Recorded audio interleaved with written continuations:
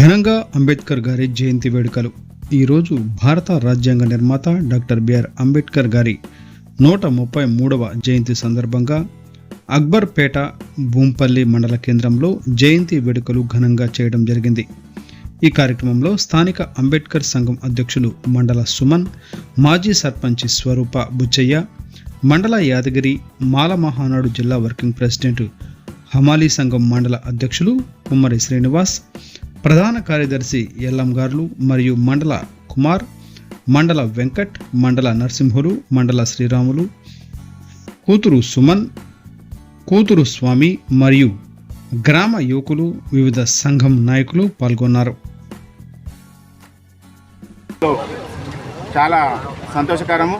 ఎందుకంటే ఎన్నో హక్కులు ఇచ్చినటువంటి అంబేద్కర్ మాకు నెరవేరుతుందంటే ఆయన దయ వల్లనే.